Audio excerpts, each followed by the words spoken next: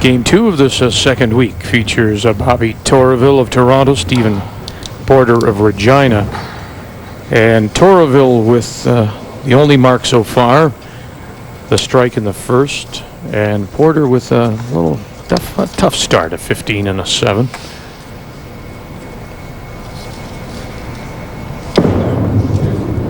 Crossover. Second strike for Bobby Torraville. Two of them on the left-hand lane. Just a little bit of movement back towards the pocket, left-hand side. Stephen Peter, he studies psychology at the University of Regina, so as Peter picks a pair of pins. Got to be careful that your speed doesn't affect your accuracy, and it almost looks like Stephen's trying to throw the ball too hard.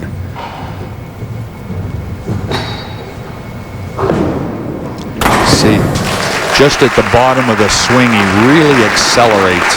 Good spare. Now compare his delivery to others that we've seen. It's because, and the reason I bring this up is, watch the way he angles his body. You see? Now, is there anything wrong with that? Is there more things that could go wrong with that as compared to more up and down? I mean, it's nothing different than a golf swing you look at and go, how can you hit the ball? Okay. Bowling's exactly the same way. As long as your release point's the same, right? Absolutely. He's been bowling for 17 years, and that sideways shift of his body helps him get his shoulder down low to the ground, get the ball out on the lane.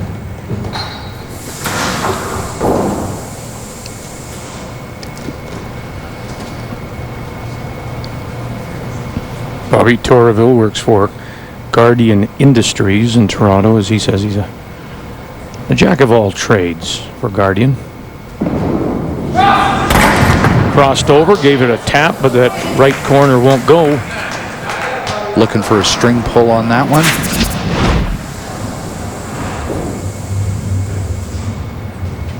A little bit of a hook crossed over.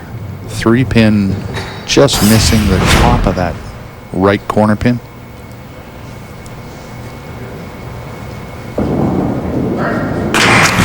Perfect. As soon as it crossed the arrows, he knew he had the spare.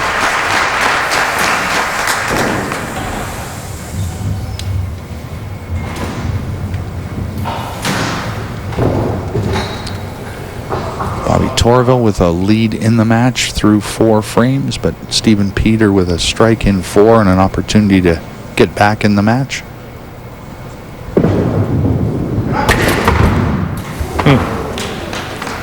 A little bit of a bonus for the spare in the 4th for Bobby. Chop off and takes out the left 2-pin with it.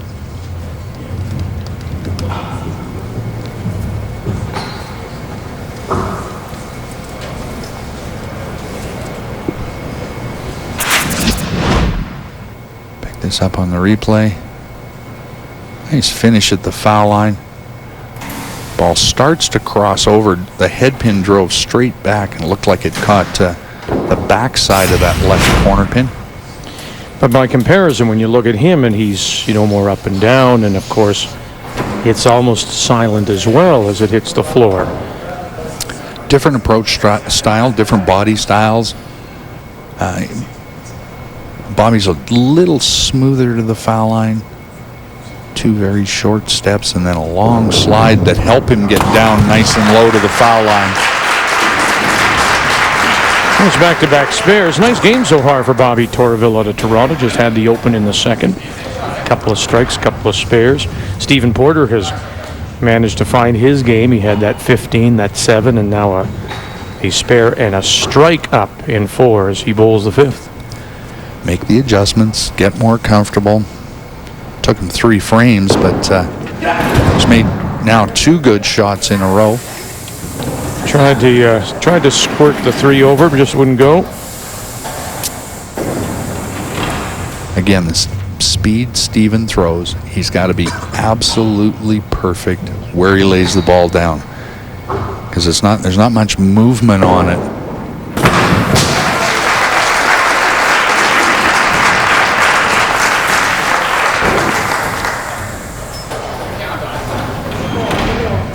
So you can see it's 97-82. That's the difference. Both bowlers with spares up as we play in the 6th.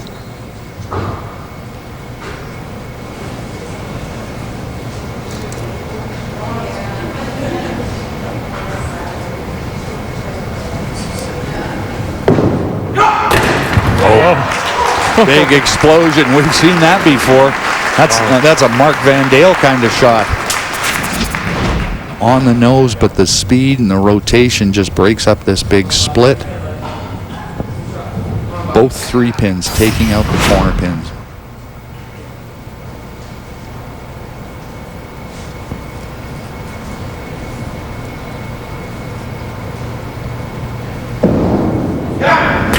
Smooth. That may have been a bad break. It was a good looking shot. It might have been a little bit thick. You could see the 3 pin actually go in front of this corner pin. And that's kind of a typical reaction. Head pin back, he just catches almost the back side of the 3 pin and it pushes it sideways into the channel. Whoops.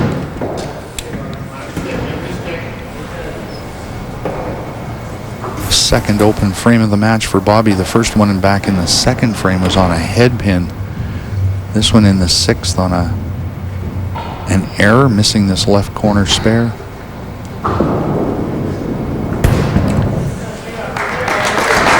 2 in a row on the inside. And that hurts. He had a nice little run going with a strike spare, and now the open to leave him at 138 through 6. And by comparison, look at what Stephen Peter has done since those 2 opens in 1 and 2.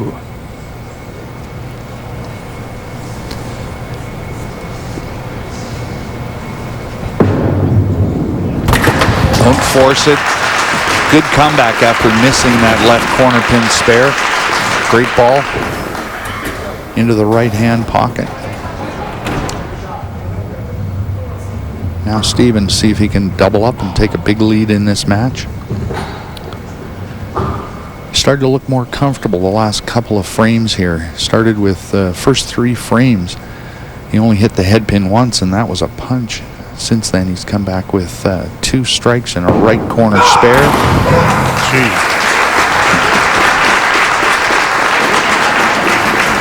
Peter out of the Bowlerama Lanes Golden Mile Bowl in Regina. And boom. Very smooth for a big guy. Throws the ball hard, but doesn't really look like he's putting, sort of overextending it. He's not trying to throw it hard. It's just size and arm swing that are really moving the ball.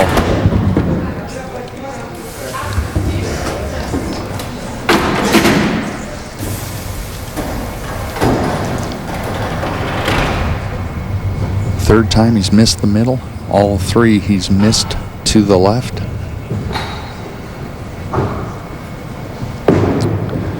On the inside for the spare. But he's got some pin count going now, and he has taken the lead.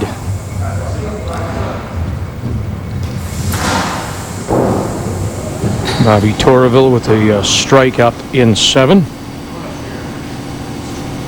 Both these golfers graduates of the youth bowling. Oh, did I say golfers? Sorry. Yes, both graduates of the YBC program. Great shot from Bobby Torraville in a really crucial spot in this match. 8th frame gives him a double, gives him the lead in the match.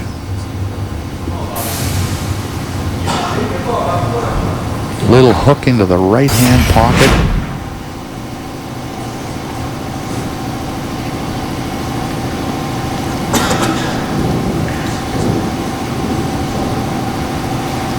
You know, when I make mistakes like that, you don't have to hit me so hard, okay? Just could have said Vicky said golf, but you decided to club me. Club you? Yes, that's there you right. go There again. you go. Nice. Oh. Good bounce back for Bobby Torraville, though.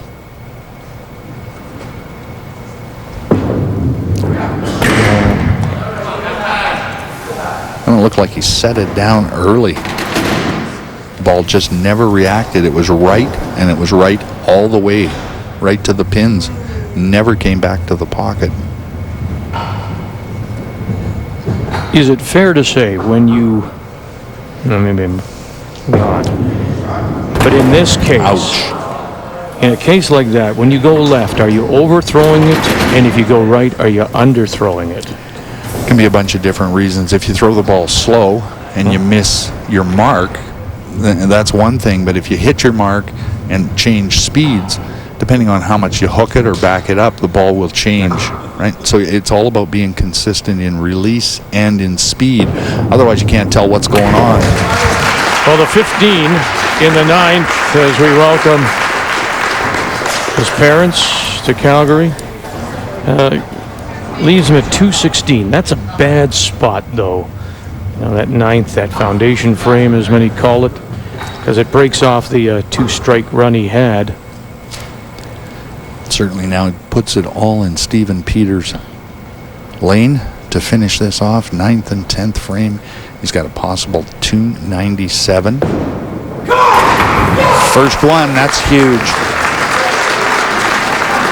So he takes the advantage through 8. He's up by 6 pins through 8.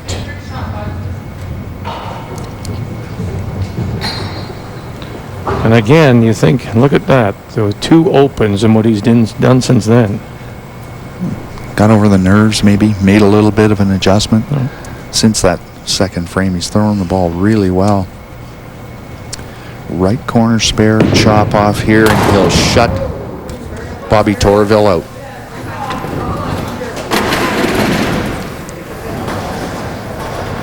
Bobby's still got a possible 261. And this is a must spare for Steven Peter.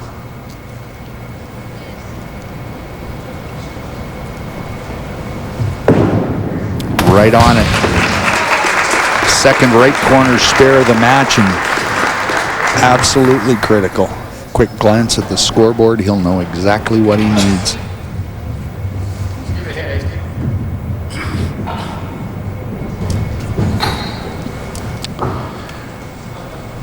Chop off, corner pin, or strike to win the match for Steven Peter.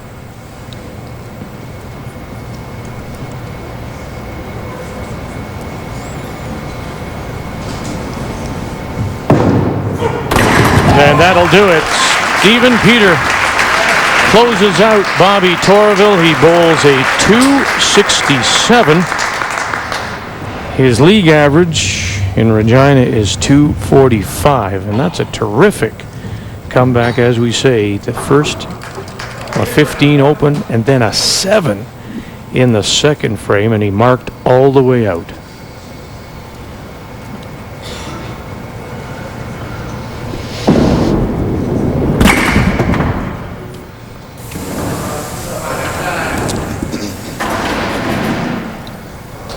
Bobby, just a couple of mistakes maybe early on. 6th frame, missed a left corner, but the real big one was missing in the 9th frame, wide open. Didn't put any pressure back on Steven Peter. This young man will be back, though. We'll see more of him.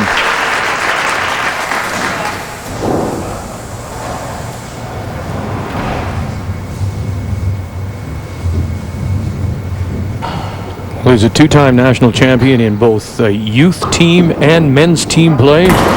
And he closes it out nicely with the strike to bowl a 246, Bobby Torraville. But it is Steven Peter of Regina who will move on, and he'll face Mark Johnstone of Edmonton to see who becomes our second semi-finalist here on the second week of the men's 5-pin play, the Canadian Bowling Championships.